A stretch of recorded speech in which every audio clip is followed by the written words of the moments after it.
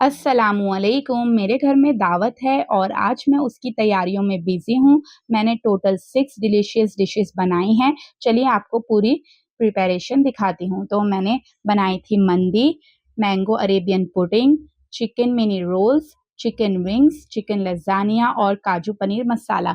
ये सारी चीज़ें मैंने प्रिपेयर करी थी, तो मैंने थोड़ी-सी मैरिनेशन और थोड़ी चीज़ें मैंने 1 दिन पहले कर ली थी। बाकी की मैंने लज़ानिया और मैंगो ब्रेड पुडिंग ये सारी चीज़ें मॉर्निंग में ही रेडी कर ली थी। अब हमारे गेस्ट का आने का टाइम हो चुका था, तो मैंने मंदी भी दम पर लगा दी थी।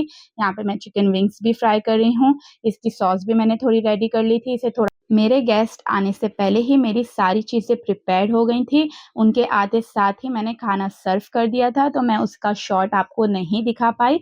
लेकिन उनके आने से पहले मैंने थोड़ा-सा होम टूर लिया है, जो मैं आपके साथ शेयर करूँगी मेरी सारी प्रिपरेशन का।